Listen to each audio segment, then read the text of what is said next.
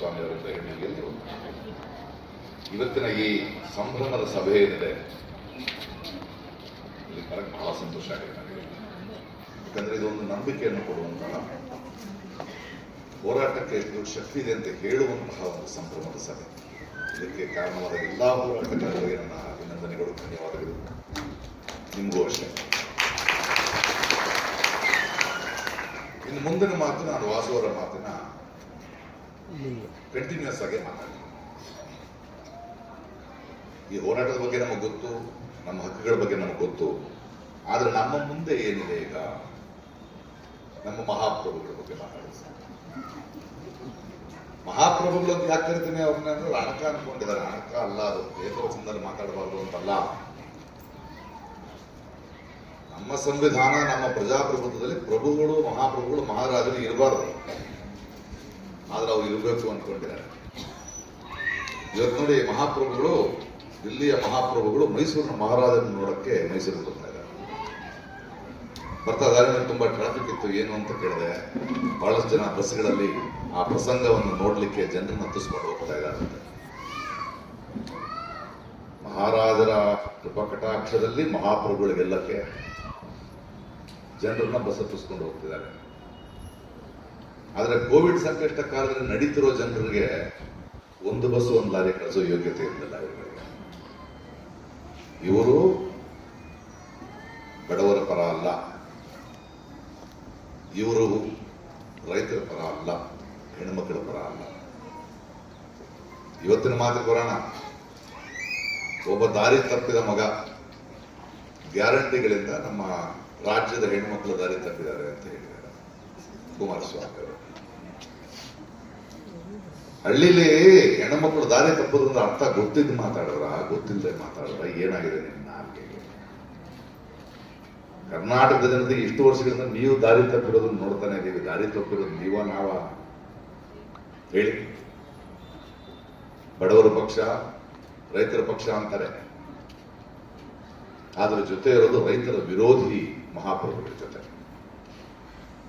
ಅಲ್ಲಿಯ ಬಿಸಿಲು, ಅಲ್ಲಿಯ ಮಳೆಗೆ ನೂರಾರು ಜನ ಸತ್ತವರಿಗೆ, ನೊಂದವರಿಗೆ ಆಸರೆಯಾಗಿಲ್ಲ ಆ ಮಹಾಪ್ರಭುಗಳು. ಅವ್ರ ಜೊತೆ ನೀವು ಇವತ್ತು ಕುಮ್ಮಕ್ ಮಾಡಿಕೊಂಡು ನಮ್ಮ ಮನೆಯ ಹೆಣ್ಣುಮಕ್ಕಳು ದಾರಿ ತಪ್ಪಿದೆ ಅಂತ ಹೇಳ್ತೀರಾ? ನಾಚಿಕೆ, ಮಾನ, ಮರ್ಯಾದೆ ಇರಬೇಕು ನಿಮ್ಗಳಿಗೆ. ಆ ಮಹಾಪ್ರಭು ಇದಾನಲ್ಲ, ಒಂದು ಭಾಷೆ, ಒಂದು ದೇಶ, ಒಂದು ಪಕ್ಷ, ಅವರು ಎರಡು ನಾಲ್ಗೆ. ಈ ದಾರಿ ತಪ್ಪಿದ ಮಗನಿಗೂ ಎರಡು ನಾಲ್ಗೆ.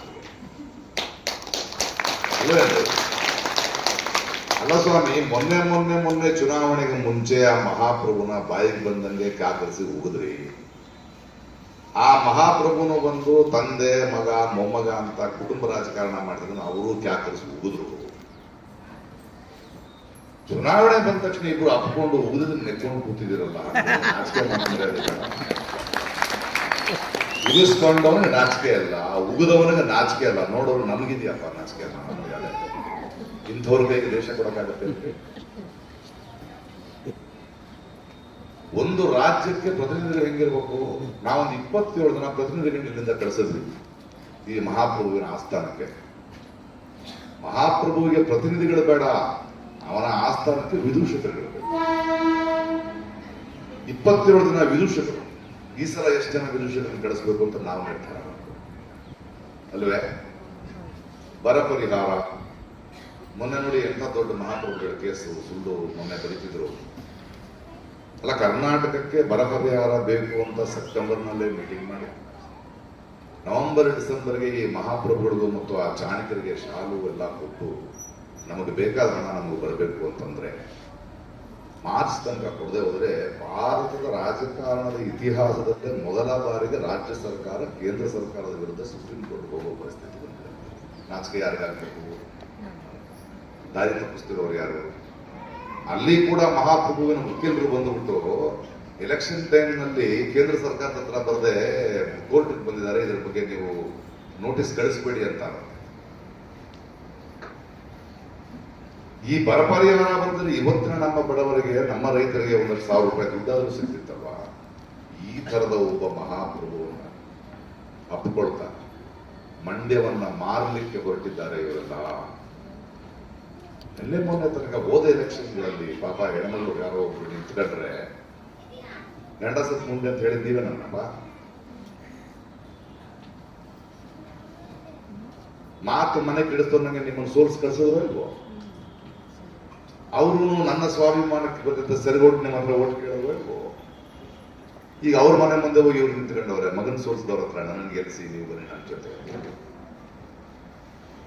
ನಮ್ಮ ಸ್ವಾಭಿಮಾನ ಮುಖ್ಯ, ನಮ್ಮ ಹಕ್ಕು ಮುಖ್ಯ.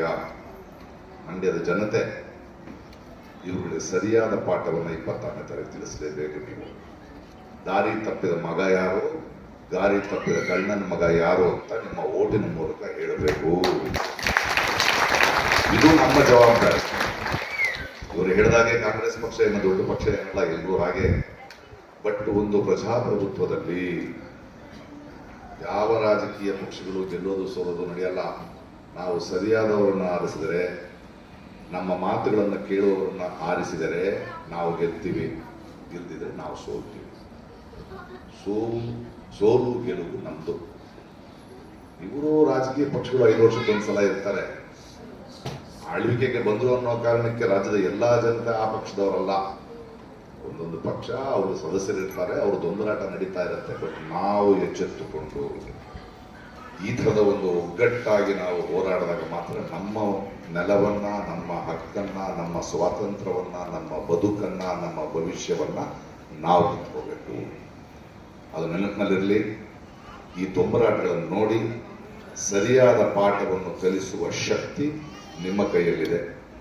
ಮಂಡ್ಯವನ್ನ, ನಮ್ಮ ಸ್ವಾಭಿಮಾನವನ್ನ, ನಮ್ಮ ಗೌರವವನ್ನ, ನಮ್ಮ ಹಕ್ಕನ್ನು ನಾವು ಉಳಿಸ್ಕೊಳ್ಳೋಣ. ನಿಮ್ಮ ಈ ಸಂಭ್ರಮದ ಜೊತೆ ನಾನು ಇದ್ದಿದ್ದಕ್ಕೆ ನನಗೆ ಬಹಳ ಸಂತೋಷ. ಧನ್ಯವಾದಗಳು.